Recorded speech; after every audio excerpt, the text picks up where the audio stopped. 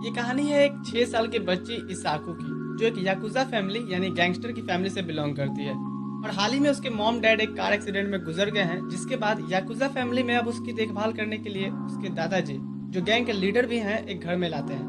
और उन्होंने उस बच्ची की देखभाल के लिए अपना एक गार्ड जो 16 साल का है उसे अपॉइंट किए हैं। अब याकुजा फैमिली से होने की वजह से इसाकू की कोई दोस्त नहीं बनते। और जब वो अब 16 साल की हो गई है, इन 10 सालों से उसका केयर करता आ रहा गार्ड, जो अभी 26 साल का हो गया है, उससे प्यार करने लगती है। और क्या एक याकुजा का गार्ड प्यार का मतलब भी समझ पाएगा, क्योंकि उसे तो प्यार के बारे में बस इतना ही पता है। नोटी हो रहा। कहानी की शुरुआत होती है जहां इसाकू के दादाजी उसे न्यू घर लाके अपने सबसे काबिल गार्ड से मिलाते हैं, काया, जो उसका साया बन के हमेशा हिफाजत करने की बात कहता है। शुरू शुरू में तो कोई भी बच्ची घबराएगी ही, पर काया उसे उठा के ये वादा करता है कि वो उसका आखिरी सांस तक ख्याल रखेगा। अब इस इंसिडेंट को 10 साल बीत चुके हैं और इसाकू भी चाहती है नॉर्मल गर्ल्स की तरह लाइफ स्पेंड करना। इसीलिए वो आज हाई स्कूल से एंट्रेंस एग्जाम क्लियर करके आई है। वो आके अपने दादाजी से बताती है कि उसे भी अब हाई स्कूल में एडमिशन जल्द ही मिल जाएगा। उसके दादाजी उसकी हिम्मत बढ़ाते हैं। तो ये बात सुन के काया भी भागा भागा आता है और इसाकू को गोद में उठा के उसे कांग्रेट्स कहता है। यहाँ इसाकू उसे कहती है कि वो अब बच्ची नहीं है, और वैसे भी मैंने दूर के हाई स्कूल में इसलिए एडमिशन लिया है क्योंकि जरा सा भी किसी को पता चलता है कि मैं याकुजा फैमिली से हूँ तो कोई मेरा दोस्त नहीं बनता, और मैं इस बार बिल्कुल नॉर्मल लड़की की तरह लाइफ स्पेंड करने वाली हूँ। वो सभी चीजें जो एक लड़की अपने हाई स्कूल लाइफ में एक्सपीरियंस करती है, मैं भी करना चाहती हूँ। और हाँ, अपना पहला प्यार भी। फिर सीन शिफ्ट होता है जहाँ इसाकू अपने स्कूल के ओपनिंग सेरेमनी के बाद लड़के लड़कियों को बात करते देखती है, और उसे समझ में नहीं आ रहा था कि वो कैसे बात करे, किससे करे। तभी वो कुछ लड़कों से टकरा जाती है और जमीन पे गिरने ही वाली होती है, तभी कोई लड़का आके उसका हाथ पकड़ लेता है। जैसे ही इसाकू को फील होता है कि उसे किसी लड़के ने संभाला है, उसे तो लगता है कि बस इसी की तो मैं तलाश कर रही थी। और जैसे ही वो उसे थैंक्स कहते हुए मुड़ती है, देखती है तो ये तो काया है, जो स्कूल यूनिफॉर्म में उसके स्कूल तक पहुंच गया है। वो इस बारे में उससे बात करने बाहर ले आती है कि तुम अंकल हो के टीनेजर्स की स्कूल में क्या कर रहे हो। काया कहता है कि अंकल, मैं अभी 26 साल का ही हूँ, और वैसे भी मुझे और दादाजी को तुम्हारी फिक्र हो रही थी क्योंकि स्कूल बहुत दूर है। इस पर इसाकू गुस्से से कहती है तो फिर तुम डेली पिकअप करने भी तो आ सकते हो, एडमिशन लेने की क्या जरूरत थी। काया कहता है क्योंकि यहाँ लड़के हैं। ये सुन के इसाकू का रंग उड़ गया। काया कहता है कि और तुमने कहा था कि तुम बॉयफ्रेंड बनाना चाहती हो, लेकिन तुम नहीं समझती। उसकी इतनी प्रोटेक्टिव बात सुन के इसाकू उसे गुस्से से कहते हुए चली जाती है, स्कूल में तुम मेरे साथ मत रहना बस। इसके बाद हम वही फ्लैशबैक देखते हैं जहां एलिमेंट्री स्कूल में इसाकू की फ्रेंड उससे दूर होने लगी थी, जब उन्हें पता चला था कि इसाकू एक गैंगस्टर की पोती है। अब हम वापस प्रेजेंट में क्लासरूम के अंदर का सीन देखते हैं जहां इसाकू कहती है कि मैं बस थोड़ी देर के लिए बाहर क्या गई, सब ग्रुप बना लिए। और फिर वो अपसेट होकर टेबल पे सर रखते हुए ये सोचती है कि ऐसे जरूर कोई मुझसे बात करने आएगा, और उसकी ये ट्रिक काम करे उससे पहले ही काया आता है, उससे पूछता है कि वो ऐसे क्यों बैठी है। अभी यहाँ दो और लड़के इसाकू की तरफ बढ़ रहे थे जान पहचान करने, जिन्हें काया रास्ते में ही रोक देता है और उनसे कहता है कि हम बचपन से दोस्त हैं, मेरा नाम काया है और मैंने अभी अभी तुमको धमकाया है। जिससे इसाकू वापस उससे डांटती है और वो दोनों लड़के इन्हें अजीब है बोल के चले जाते हैं। थोड़ी देर बाद टीचर आती हैं और कहती हैं, चलो बच्चों, आज हम क्लास रिप्रेजेंटेटिव चूज करने वाले हैं, मॉनिटर समझ लो, हाथ उठाओ कौन बच्चा बनना चाहेगा। यहाँ इसाकू सोच रही होती है कि यही मौका है ज्यादा से ज्यादा दोस्त बनाने का, और वो इस असमंजस में थी कि हाथ उठाए या नहीं उठाए। इधर उसकी तरफ काया देख के समझ जाता है कि इसाकू का पूरा मन है, इसलिए वो अपना हाथ उठा देता है, जिसे देख इसाकू भी अपना हाथ उठाती है। अब टीचर दोनों को उनका पहला टास्क देते हैं, स्पोर्ट्स के लिए स्टूडेंट्स को सिलेक्ट करना। यहाँ काया सभी स्टूडेंट्स के नाम जानता था, पता नहीं कैसे, और एक एक करके वो सभी को उनके फिजिकल एबिलिटीज को देख के उन्हें स्पोर्ट्स के लिए चूज करता है। अब एक गैंगस्टर को ऐसे बिहेव करते देख इसाकू सोचती है कि वाह, क्या एक्टिंग कर रहा है। वो इसाकू को भी सिलेक्ट करता है वॉलीबॉल के लिए। सीन शिफ्ट होता है नाइट में जहाँ इसाकू उदास लेटी हुई थी, क्योंकि उसे लग रहा था कि काया स्कूल आके सब खराब कर दिया और खुद 26 साल का होके अपना इंप्रेशन जमा आया है। यहाँ वो अपनी गलती भी एडमिट करती है कि वो अपने एक्सप्रेशंस बाहर नहीं ला पाती किसी के सामने। काया उसे फिर हक करते हुए इनकरेज करता है और कहता है कि तुम बहुत ही क्यूट हो, तुम भी बहुत से अच्छे फ्रेंड्स बना लोगी, खुद को बस थोड़ा सा टाइम दो। सीन शिफ्ट होता है अगले मॉर्निंग में जहां इसाकू अपने कुछ सर्वेंट्स को कहती है कि उसकी वॉलीबॉल प्रैक्टिस में उसकी हेल्प करें, और गलती से वो बॉल इसाकू के कंधे पे लग जाती है, जिसके बाद काया आके उसे पीछे से लगा देता है। फिर काया अपने निगरानी में इसाकू को प्रैक्टिस कराता है। सीन शिफ्ट होता है स्कूल में जहां कुछ लड़कियां इसाकू की हाथ पे प्रैक्टिस से आई चोट को नोटिस करती हैं। और जब उन्हें पता चलता है कि इसाकू इसलिए ज्यादा प्रैक्टिस पे ध्यान दे रही है क्योंकि वो चाहती है अपनी टीम को जिताना, जिससे लड़कियां उससे इम्प्रेस होती हैं, और इधर काया लगातार उस पर नजर बना के रखे रहता है। और जब वो देखता है कि इसाकू लड़कियों के बीच है तो वो बाहर आके फूफू करने लगता है। और मैच स्टार्ट होता है और इसाकू के हाथों पे पहले राउंड में ही चोट आ जाने के कारण वो दूसरे राउंड में अपने किक से पॉइंट्स स्कोर करती है और फिर अपनी टीम को जीत भी दिलाती है। और काया ये नोटिस कर लेता है कि उसके हाथों में कुछ प्रॉब्लम है, तो वो सभी के बीच में से उसे उठा के नर्सेस ऑफिस ले भागता है। यहाँ वो आके उसकी पट्टी करता है और इसाकू कहती है कि मैं ठीक हूँ, अच्छा मैं कैसा खेली? इस पर काया कहता है खेली, ओ हाँ बढ़िया। यहाँ इसाकू कहती है कि इसे तो मेरी परफॉर्मेंस की पड़ी ही नहीं है। यहाँ काया कहता है कि मैं उस पल को सोच के उदास हो जाता हूँ जब तुम्हें मेरी जरूरत नहीं होगी। इस पर इसाकू कहती है कि और आखिर इसका क्या मतलब था? काया कहता है कि इसे तुम घोंसले से उड़ जाने वाले चिड़िया से समझ सकती हो। इसाकू यहाँ मन में सोचती है कि मैं तुमसे दूर तो जाना चाहती हूँ पर नहीं जा पाती, मेरी दुनिया हमेशा तुम्हारे आसपास ही घूमती रहती है। सीन शिफ्ट होता है अगले दिन स्कूल में, जहाँ उसे कुछ लड़कियां बाय कह के घर को निकलती हैं। यहाँ इसाकू को लगता है कि चलो आखिर मेरे भी कुछ फ्रेंड्स तो बन ही गए।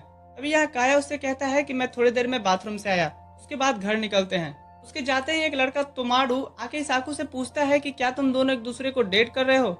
यहाँ इसाकू घबरा के कहती है कि नहीं, हम बस बचपन से साथ रहते हैं। तोमारू फिर उसे उसके बॉयफ्रेंड के बारे में पूछता है। इसाकू का तो कोई है ही नहीं, तो वो क्या बताए। फिर वो उससे उसका इंस्टाग्राम हैंडल मांगता है। इसाकू हिचकते हुए कहती है कि इंस्टाग्राम आईडी तो है पर मैंने कुछ पोस्ट नहीं किया क्योंकि मुझे नहीं आता है। और मन ही मन सोचती है कि इसे क्या बताऊं कि मेरे दोस्त ही नहीं है। मारू कहता है कि कोई बात नहीं, मैं तुम्हें सिखा दूंगा।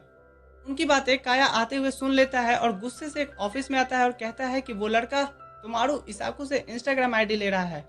उनमें से एक कहता है तो अच्छी बात है ना, ये तो उनकी उम्र ही है बातें करने का। काया फिर अपनी गन उस पर पॉइंट करते हुए कहता है कि मुझे कुछ भी शुरू होने से पहले ये सब रोकना है। सीन शिफ्ट होता है अगले दिन, जहां घर बैठकर इसाकू सोच रही होती है कि क्या सही में काया मेरी फिक्र सिर्फ एज अ पेरेंट करता है। तभी उसे तुमारू का मैसेज आता है कि यहाँ भी फ्रेंड बन के अच्छा लगा। इसाकू और तुमारू फिर बातें करने लगते हैं और इसाकू सोचती है कि ये तो सही में एक टीनेज फ्रेंड्स कन्वर्सेशन की तरह है। अच्छा होगा कि मैं इस लड़के के प्यार में पड़ जाऊं। अगले दिन स्कूल के हॉल में तुमारू इसाकू को ग्रीट करता है। तभी उसके मुंह के आगे काया डस्टर साफ करने लगता है और कहता है बुरा मत मानना, आज मेरा दिन है। इसके बाद वो इसके करीब आके कहता है कि अगर तुम इसाकू का पीछा छोड़ दो तो मैं तुम्हारी सेटिंग किसी खूबसूरत लड़की से करवा दूंगा। उनकी ये फुसफुसाहट और काया के बिहेव देख के इसाकू गुस्से से कहती है बस करो, आखिर तुम किस सेटिंग के बारे में बात कर रहे हो। वो फिर काया की तरफ से तुमारू से माफी मांगती है तो तुमारू कहता है कोई बात नहीं, उसे बिल्कुल बुरा नहीं लगा। सीन शिफ्ट होता है जहाँ रात में बैठ के इसाकू तुमारू के कुछ पोस्ट देख रही होती है। अभी गलती से वो एक पोस्ट को लाइक कर देती है, फिर जल्दी से ही उसे अनलाइक करती है। जिसके बाद उसे तुमारू का मैसेज आता है जो कहता है कि तुम्हें अगर पोस्ट अच्छा लगे तो तुम लाइक कर सकती हो, और तुमने तो अभी तक कुछ पोस्ट ही नहीं किया। इसाकू कहती है कि उसके पास कुछ है ही नहीं अच्छा पोस्ट करने को। तो तुमारू से कहता है कि कोई बात नहीं। फिर तुमारू उसे इनवाइट करता है घूमने चलने और ढेर सारे फोटोज लेने के लिए। इसाकू सोच रही होती है कि यही लाइफ तो मुझे जीना था। वो उसे हाँ कर देती है तो तुमारू कहता है कि क्यों ना तुम कल कोरियोकी आओ, वहाँ हम सभी साथ में फन करेंगे। साकू ये सुन के और एक्साइटेड हो जाती है। तभी यहाँ काया आता है और उसे उसका फोन छीनते हुए कहता है कि मैं इसे अभी ब्लॉक कर रहा हूँ। साकू उसे ऐसा ना करने बोलती है और फिर अपना फोन उसे वापस लेने जाती है, जिससे वो काया के ऊपर गिर जाती है। वो दोनों एक दूसरे के काफी पास थे। काया उससे कहता है कि तुम अभी इन सब चीजों के लिए रेडी नहीं हो, और वो लड़का वो तो बिल्कुल नहीं। इस पर इसाकू कहती है कि अच्छा तो तुम ही बताओ कि मुझे कैसे लड़के को डेट करना है कि वो जो ग्रेजुएट हो चुका है, जिसके पास एक जॉब है, जो एक अच्छी रिच फैमिली से है, जिसकी पर्सनालिटी एक एथलीट की तरह है। इस पर इसाकू उससे गुस्सा होते हुए कहती है कि तुम पागल हो क्या, ऐसे तो वर्ल्ड की आधी लड़कियां कुंवारी ही मर जाएंगी, तुम जाओ मैं खुद डिसाइड कर लूंगी। इसके बाद वो तुमारू के कोरियोकी इनविटेशन को भी एक्सेप्ट कर लेती है। सीन शिफ्ट होता है अगली सुबह, जहाँ इसाकू काया से छिपते छिपाते हुए घर से निकलती है। रास्ते में उसे तुमारू और उसके दोस्त मिलते हैं, जहां वो लोग कुछ पिक्चर्स लेते हैं और इसके बाद सभी कोरियोकी की तरफ निकलते हैं। कोरियोकी पहुंच के सभी एंजॉय करते हैं, जहां एक लड़की के ड्रिंक पूछने पे इसाकू उसे एप्पल जूस मंगवाती है। वो लोग यहाँ गाना गाते हैं और इसाकू सभी को ऑब्जर्व कर रही थी। तभी वो देखती है कि एक लड़की सिगरेट निकाल के फूफू करने लगती है, तो दूसरी लड़की अपने बैग से बियर की बोतल निकालती है और एक तरफ दो लड़के लड़कियां मोमेंट्स एंजॉय करने लगते हैं। साकू ये सब देख घबरा के घर निकलने बढ़ती है। तभी यहाँ तुमारू नशे की हालत में उससे आके कहता है कि मैंने जब से तुम्हें देखा है तुमसे सच्चा वाला प्यार हो गया है, मुझे एक किस दो ना। तुमारू इससे पहले उसके साथ जबरदस्ती करे उससे पहले ही काया यहाँ आ जाता है और उसके सर को टेबल में तब तक पटकते रहता है जब तक इसाकू उसे रुकने नहीं कहती। फिर वो बाकियों को वार्न करके इसाकू को लेकर चला जाता है। फिर वो उसे कार में लाके पूछता है कि उसने कुछ किया तो नहीं। इसाकू कहती है कि नहीं। घर जाते समय इसाकू सोचती है कि वो सही में बेवकूफ़ की तरह ऐसे ही प्यार को ढूंढने निकल पड़ी थी और गिल्टी महसूस करने लगती है। तभी यहाँ काया उसे हक करते हुए कहता है कि मुझे उसे और पीटना चाहिए था ना। इसाकू तभी काया से पूछती है कि आखिर तुमने मुझे ढूंढा कैसे। काया बताता है कि जीपीएस जो मैंने तुम्हारे फ़ोन में लगा रखा है। इसाकू यहाँ फिर से खुद को ओवर प्रोटेक्टिव महसूस करने लगती है और कहती है कि ऐसे पीछा मत किया करो। अभी वो देखती है कि वो काया के शर्ट पे अपने लिपस्टिक का दाग छोड़ दी है। काया उससे पूछता है कि आखिर तुमने इतना मेकअप क्यों किया है। इसाकू कहती है क्योंकि मैं आज बाहर जाने वाली थी ना। क्यों, मैं अच्छी नहीं लग रही। काया उसे देखे जा रहा होता है। इसाकू से कहती है कि मुझे ऐसा घूरना बंद करो, मैं काफ़ी थक गई हूँ इसलिए सो रही हूँ। यहाँ काया सोचता है कि मुझे समझ में नहीं आ रहा कि मैं क्या करूँ। सीन शिफ्ट होता है जहाँ इसाकू काया के मंथली टेस्ट पेपर दिखाते हुए पूछती है कि आखिर तुम पढ़ाई को लेकर सीरियस क्यों नहीं हो, तुम्हें 0 मिला है। इस पर काया कहता है कि हाँ, पर मुझे मार्क्स लाने की जरूरत क्या है। इस पर इसाकू और गुस्सा होते हुए कहती है कि क्योंकि यहाँ तुम एक स्टूडेंट हो और स्टूडेंट का काम होता है अच्छे मार्क्स से पास होना। फिर इसके बाद वो काया को रीटेस्ट देने के लिए लाइब्रेरी लाके पढ़ाने लगती है। कुछ देर बाद वहाँ 2 लड़कियां आके उन्हें ज्वाइन करने की रिक्वेस्ट करती हैं। इसाकू सोचती है कि चलो ये भी फीलिंग्स अच्छा है क्लासमेट्स के साथ बैठना। काश काया भी मेरा क्लासमेट होता तो चीजें आसान हो जाती। तभी वो नोटिस करती है दोनों लड़कियां काया से अलग ही टॉपिक पे बात करने लगती हैं। बातें करते करते वो काया से पूछती हैं कि क्या वो इसाकू को डेट कर रहा है। इस पर काया जवाब देता है कि नहीं, कभी नहीं। यहाँ इसाकू सोचती है कि उसने मुझे तो मेरी मर्जी के बगैर ही रिजेक्ट कर दिया। इसके बाद हम देखते हैं काया एक जगह से निकलता है जहाँ उसे एक लेडी रुकने के लिए कहती है और काया उसे किस करते हुए कहता है कि उसे कल स्कूल जाना है। ये सुन के वो लेडी हैरान हो गई। घर जाते समय उसका ड्राइवर कहता है कि क्या आपने स्कूल के लिए उस खूबसूरत लड़की को इम्पोर्टेंस नहीं दिया। और काया कहता है कि अब उसकी लाइफ में एक ही इम्पोर्टेंट लड़की है, वो है इसाकू। घर आके वो इसाकू से मिलता है तो इसाकू को काया की बॉडी से लेडीज परफ्यूम की स्मेल आती है, जिसके बाद उसका मूड खराब हो जाता है। काया उसे पूछता है कि क्या तुम मुझसे इसलिए नाराज हो क्योंकि मैं पढ़ाई ठीक से नहीं कर रहा। अगर ऐसी बात है तो मैं अच्छा करके दिखाऊंगा। फिर इसाकू उसे पढ़ाने तो बैठती है पर काया उसे अच्छे ग्रेड्स लाने के बदले रिवॉर्ड मांगता है। इसाकू कहती है कि अगर तुमने अच्छा मार्क्स लाया तो तुम मुझसे कोई भी रिवॉर्ड ले सकते हो, क्योंकि उसको लगता था कि काया के ग्रेड्स बेहतर तो नहीं होने वाले, वो रीटेस्ट में भी फेल ही होगा। वो पानी लेकर के जब वापस आती है तो देखती है कि काया वहीं पे सो गया है। वो आके उसकी धड़कनें देखने लगती है कि ये जिंदा तो है ना। फिर वो भी वहीं पे सो जाती है। अगली सुबह उसके मुंह के सामने काया उसे गुड मॉर्निंग कहता है, जिससे वो घबरा के उठती है। ब्रेकफास्ट करते हुए काया उसे कहता है कि आज से वो पढ़ाई को भी सीरियसली लेगा। रीटेस्ट के रिजल्ट्स आते हैं जहां इस बार काया ने सही में अच्छे मार्क्स लाए थे। इसके बाद वादे के मुताबिक काया इसाकू से अपनी रिवॉर्ड डिमांड करता है। इसाकू कहती है कि ठीक है, बोलो क्या चाहिए। काया कहता है कि मैं तुम्हें किस करना चाहता हूँ। इसाकू पूछती है पर क्यों। काया इससे पहले कुछ कहता है, इसाकू उसे नर्वस होकर मना कर देती है।